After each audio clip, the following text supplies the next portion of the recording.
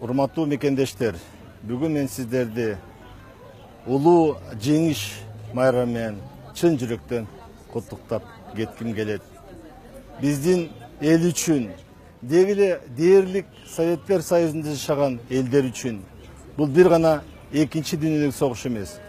Бул улуу ата мекендик согуш. Бул улуу ата мекен үчүн, улуу эл үчүн болгон согуш. Биздин миллион деген аталарыбыз, чоңатыларыбыз, агаларыбыз согуш майданында курман болду. Келечек үчүн, эл үчүн, жер үчүн, мамлекет үчүн деп өздөрүнүн өмүрүн берди.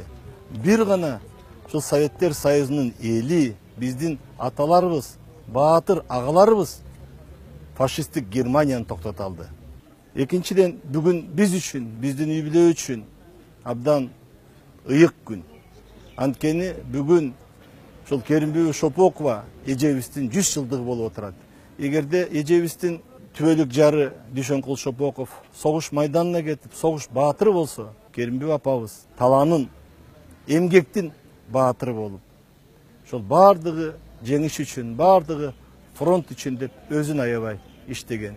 Биз бүгүн мына Шопоков шаарында чоң майрам кылып, ошол эжебиздин, жездебиздин, баатырдын аттарын эскерип, Куран түшүрүп, чоң митинг кылдык. Дагы бир жолу баарыңыздарды улуу жеңиш майрамы менен куттуктап кетем. Аман болуңуздар.